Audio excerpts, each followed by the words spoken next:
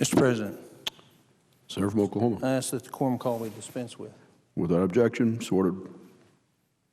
What we just heard on the floor, Mr. President, will the distinguished senator yield? I'd be happy to yield to the chairman. Are you going to propose an amendment? I told you I will not propose an amendment at this time. Thank you, sir. But it's interesting. American people ought to pay attention to this. What we have right now is a bill that's $410 billion. It's $363 million a page. And now we have instructions from the majority leader that no amendments are to be allowed to be offered. That's what the intent of the quorum call was just then. That's why the honorable chairman asked me, the only way I can talk now on the Senate floor is if I agree not to offer an amendment to $410 billion worth of spending, $363 million per page. What are we coming to? What are we coming to? That now we can't offer amendments. I reached out to Senator Reid and said I would work with him on packaging amendments in a way that would not delay this bill, in a way that we could still have a good debate and lots of amendments offered. My goodness, you got 58 votes, 57 votes. You can win almost any vote here. Why do you not want to have amendments? You don't want to have amendments because they really don't want the American people to know what's in this bill. That's why we don't want amendments. This bill represents the spending for all these agencies that we've not sent the money for from the last year, from this fiscal year. But it also represents the worst excesses of Congress. It represents parochialism ahead of principle. It represents putting politicians first and the people last.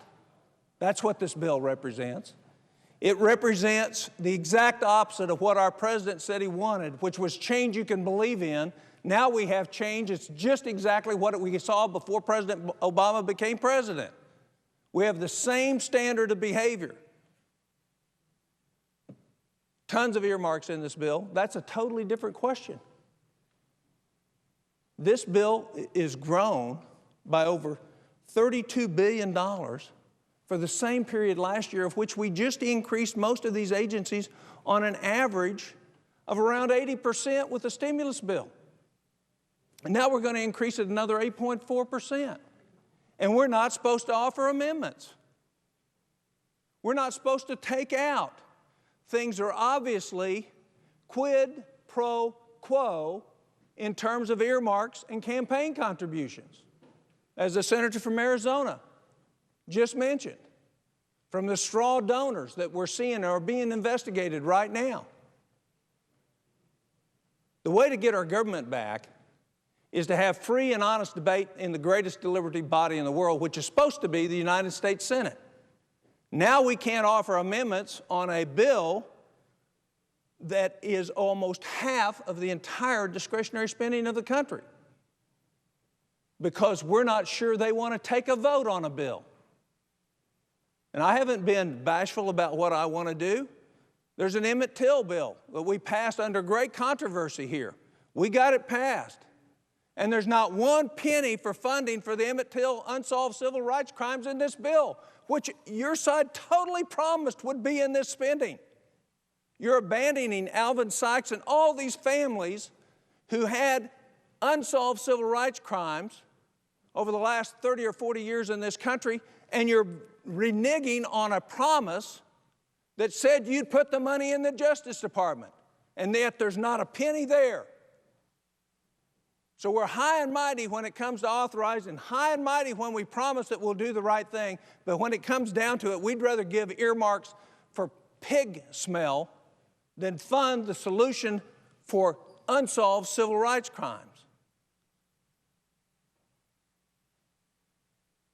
I would tell you by doing that, I think we've dishonored a great number of people who work hard to make sure that bill got passed, the least of which is not Alvin Sykes, a man who's dedicated the last 10 years of his life to seeing that justice was not denied to these families. And here we have a bill which we made promises after promise that we would take care of, and we've done nothing. And of course, nobody wants to change this bill. They don't want to change this bill because we're running up to a deadline that we've known about since the fiscal year started. Oh, you can't change this bill because we'll have to extend the CR. Well, there's a lot of benefits to extending the CR. Number one, we save our grandkids $38 million. That's one of the benefits. Number two, we don't reward behaviors that cause us to be less than honorable.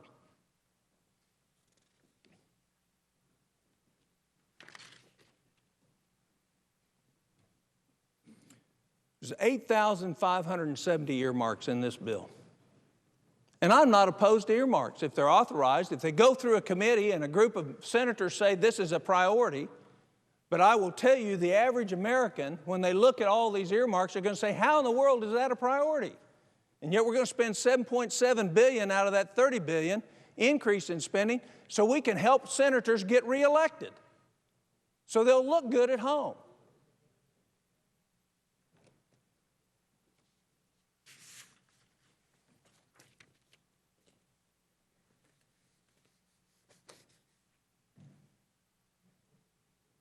I worry about our republic. I worry, and you should be worried too. In the face of the greatest economic difficulty we've seen for over half a century, in this country, the status quo is unchanged in the Senate. We have not called up the courage to do what is best for this country. What we've done is relied on what is best for the politicians. I worry what our kids are going to see, what standard of living they're going to have, because it's exactly this behavior that's going to mortgage their future. And it's not just the dollars. It's the misdirection of funds against a standard that common sense would say it's not a priority now. We ought to be doing what's most important for this country first, and what's most important for the politicians last. This bill's got it wrong. It's got it, well, I can't say that word here, but it's got it backwards. I told the majority leader a moment ago that I would work with him to make sure we didn't obstruct. But I'll tell you what should happen. We should obstruct this bill. We should stop this bill based on the waste that's in it, the lack of oversight, the lack of metrics in the programs, the earmarks that are in it, and the outright greed for the special class in this country. And that special class is the connected class to the politicians. That's who benefits most from this bill. Makes me want to vomit.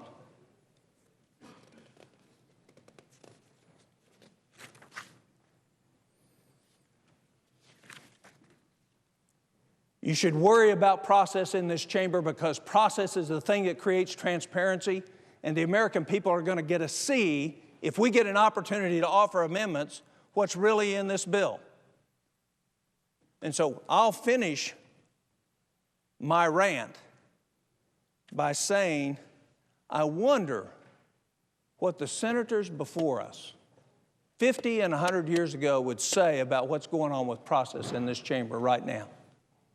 You got the votes to defeat anything, and yet you don't want to have an amendment that you have to take a vote on that says this is a priority or this isn't a priority.